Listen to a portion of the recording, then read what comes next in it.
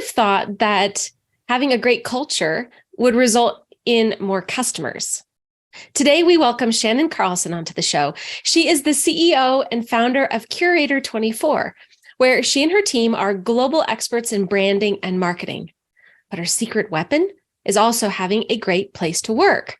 She's in a highly competitive space, but because of their culture of caring that extends to their customers, they're unmatched by their competitors.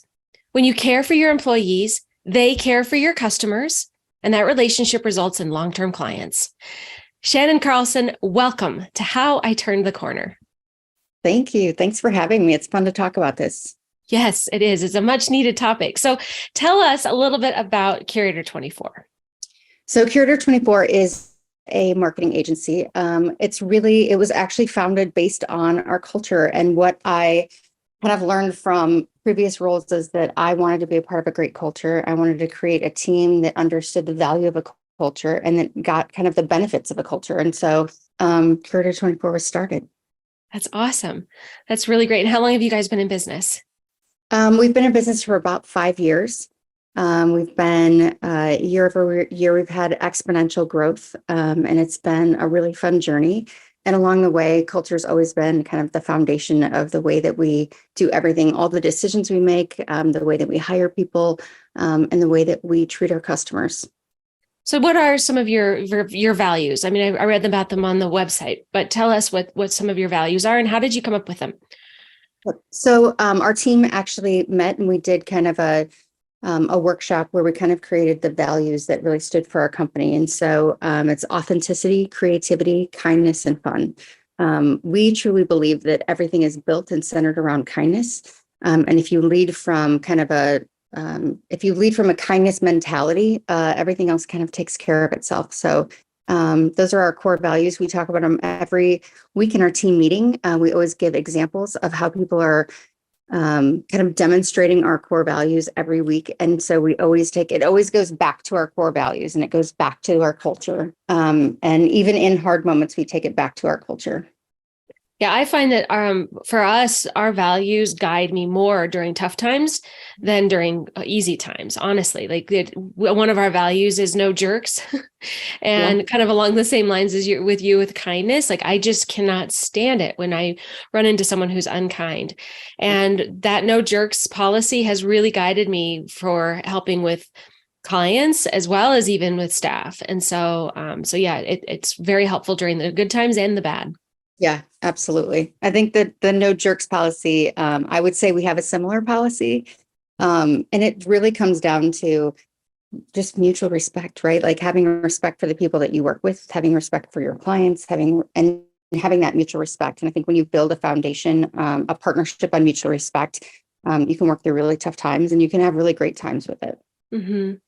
So tell us a little bit about then the kinds of people that are on your team. Like from when you say that, tell me a little bit more so I can give you like what kinds of people do you typically hire? Self-motivated people who are eager to participate and engage in like cross mutual partnership collaboration. I always say our first round of interviews is all about kind of a personality. Like, do you have the right personality to fit within the culture? And so I don't even get into, can you do the job? I start with, do you have the right personality and are you the right fit for our team? Because if you bring in somebody who doesn't have the right cultural fit, it really is going to push everybody to focus on the wrong things at work and do spin in things that they shouldn't be spinning in. So it's kind of interesting. When I ask our team to interview people, I will say interview and culture first. And so I don't know. I think, all in all, our team it's full of balanced, kind, and really fun people that are very smart and great at what they do. Oh, I love that. I totally agree with you on that too. I mean, so many of our clients will hire based on skill and not based on personality. And I feel like you can train people to do a lot of things, but you really can't train them on the personality. There's some elements that people can grow into over time with coaching and support and great management, but very, very few. And so I totally agree with you on that, and hiring for personality and then kind of training for skill. I think what's interesting is when people interview with us and the first interview, and it really ends with it, that's all I want to talk about is can I make a connection with this person? Can I engage with them personally? Do we have fun with the conversation? And then of course, are they a fit within the culture? And I think it throws a lot of people because they're not used to that. They're used to kind of showcasing their skills and what they can bring to the table from like a professional skills perspective versus a culture. And so that's also very telling if someone can kind of quickly adapt to the way that we interview too. Mm-hmm. And how has it impacted your customers? It's a massive impact. We actually do culture surveys both internally and then with our clients. And we actually just recently got them back.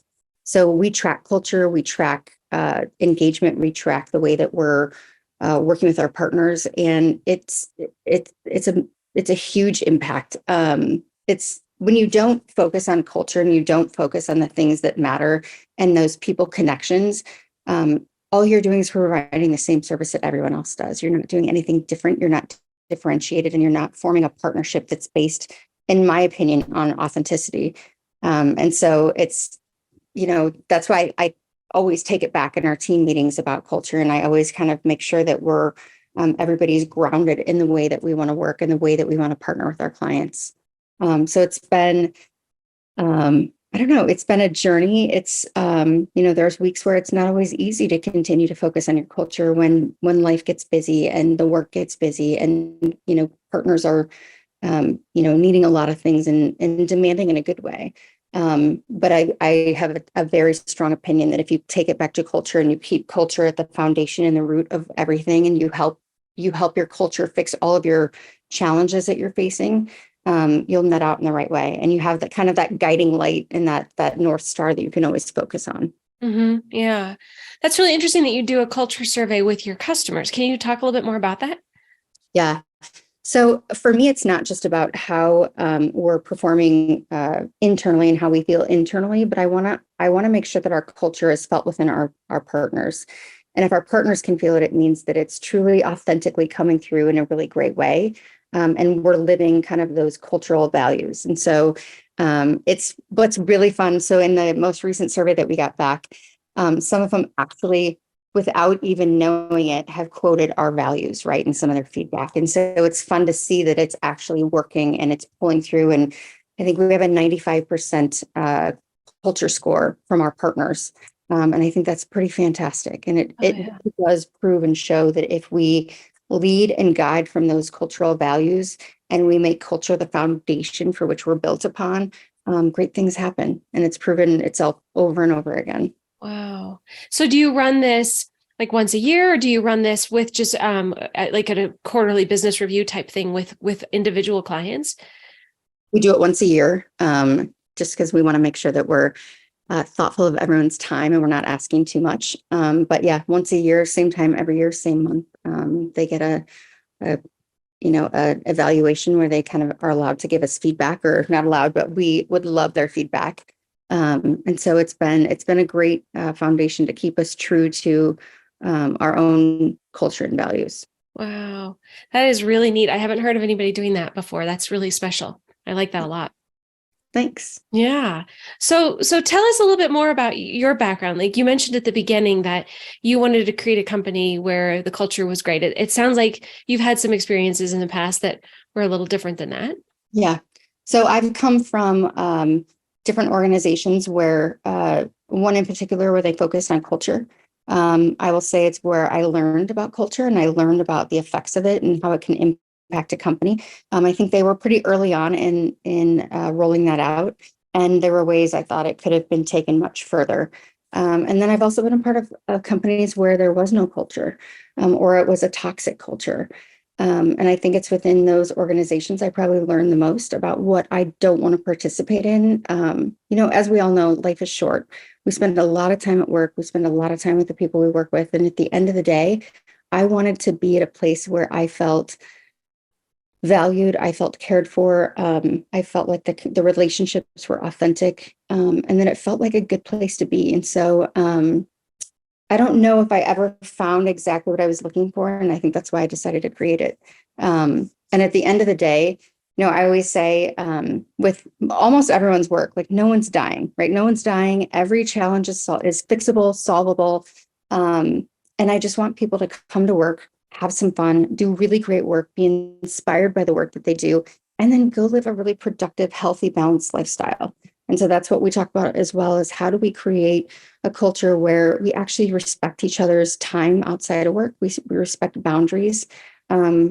I think with the way that technology has driven kind of the world, there's been a lack of boundaries and a lack of understanding that people have other things besides just work that they need to take care of in life, whether it's, children or family members or other things that they want to do or interests that they have that they should be engaging in. And I think for me, it was also about creating a workplace that felt like a really secure, well-balanced place where you can do great work, but that you can also go lead a healthy, balanced lifestyle as well. Mm-hmm. Yeah, that's a really important thing for us as well. We have our first value is family first, Mhm. and how that shows up for us is in a ton of flexibility. I have no idea where anybody is on my team right now, and I'm totally fine with that. Yeah. I mean, they could be working in Mexico, or I don't know. I don't care, Yeah. because only I say that sounds a little cynical, only because it doesn't really matter. They're doing great work. They're getting the work done, treating them like an adult. Like, I know it's going to result in them, doing what needs to get done for the customer. And it doesn't matter what time of the day or what location they're at. Yeah. Yeah. But I always say, I don't care if you work on Mars. I don't care where you work. I don't care how you work, but work in a place that inspires you, work in a place that you feel, healthy and happy and safe. And wherever that is for you, I don't really care. Yeah. I think it goes back to the trust, right? Building that trust with the team. If I'm going to hire you, I'm going to trust you, and I have to give you that trust. And I have to give you that flexibility so that you can be the best person you can be to come and do the great work that you're going to do for our team. Mm-hmm. So are you guys in a hybrid environment? Are you in office? Are you remote? What's your structure? We're all remote. So everybody, we're across the whole US, everywhere from New York to LA, and everywhere in between. And it's been fantastic. It's funny, we were remote kind of pre-pandemic, and we would in a lot of our pitch and capabilities presentations, I would kind of have to explain how that worked and explain the tools that we used. And so that was it. Even in hindsight, that's very funny now looking back, because then everybody went remote. So I just truly believe in having the flexibility to do your job where you feel like you thrive, and you're able to also, give back to your family or whatever it is that your family looks like, whether it's pets or it's humans or it's elderly people you care for, but being able to kind of live your life and still have a great career on top of it. Mm-hmm. For sure. Yeah. That's awesome. So tell us what does the next year look like? Like, what is on your strategic plan going forward? Oh, it's such an interesting question. We just had our strategic planning. For us, it's about continuing to focus on our culture. It'll be a lot about growth this year, bringing on some new team members. And so with that, again, we dive heavy into making sure that when we onboard new team members, that they understand what the culture means. It's not just something that we talk about, it's something that we live. It's also about holding people accountable to the culture, right? So making sure that everybody's living a balanced life. And we've got a lot of other strategic priorities that we have going on. Obviously, growth is a big one for us this year. We'd like to grow our agency about 20% this year. And right now we're on track to do so, which is fantastic. And then other than that, we just have a lot of operational things that we're gonna shift and try to help make some great improvements for the team. So that's something that we'll be focusing on as well. So lots of things coming at us, lots of things to focus on. But I think overall, we're tracking to where we need to be by end of year. Uh-huh. I love that your culture is on your strategic plan.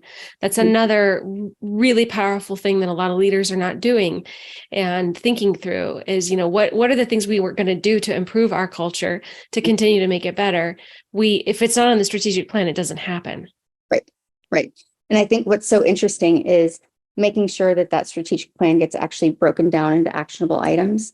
I think in all too often, I've seen a lot of strategic plans that get created and so much time and energy gets put into creating them. and then they really aren't executed in a really thoughtful way. And so for us, it's about making sure that whatever gets put into that plan, that we actually have a true executional plan to make sure it all happens, right? And holding ourselves accountable and making sure that the team is on board with any cultural shifts or changes that we need to make kind of along the way throughout the year. So what are some of the specifics? So it goes down to, it's funny, we just had a conversation last week. It goes down to everything, like everything down to the way that we're communicating. So we got back from our own internal culture survey, we got back some great feedback. And so we're taking the feedback and the comments and actually breaking it down into actionable things that we need to do. And so we're actually sending out a follow-up survey to our internal team to understand how they want to be communicated to. So we've always done it in a specific way. So we have our team meetings, we have kind of our weekly emails that go out. We have different mechanisms of communicating to them. And I think some of our questions are we communicating to you in a way that makes sense, in a way that you take in and value information? And so we're trying to really make sure that the way that we're doing things with our team is effective for them. So we're going to get into the weeds of communication and the way that we're communicating to make sure that they feel valued and they feel heard, and that they're I think, and I've heard this at almost every company I've been at when I've been on leadership teams, is, they want to know more about what's happening with, in the top levels of the organization. So are we communicating in the right way? Are we bringing our values forward in the right way? So we'll hopefully in the next week or two get more feedback so that we can make sure that we're delivering that to them in a way that matters. That's great. Yeah, that's really good. I love how specific it is too. So, well, excellent. So how would you describe yourself then as a leader? Like what do you think your team would say about you? I'm caring, I'm compassionate, I'm honest, trustworthy. And I can only rattle those off just because I just looked at our culture survey results where they actually told me that directly. And I think at the end of the day, I'm human. I truly care about each person on our team, both professionally and personally. And I think I lead from a very authentic place. I don't hide things. I'm very direct, but I'm also very caring and warm and compassionate as well. That's wonderful. Well, I think that's a perfect place to end. So I'm really excited for these new team members that are going to get to join your team coming up. And I hope the podcast actually helps you even bring more people in. So absolutely. Thanks for having me. It was fun to chat. Yeah, thank you. I'm glad that you guys care about culture as much as we do.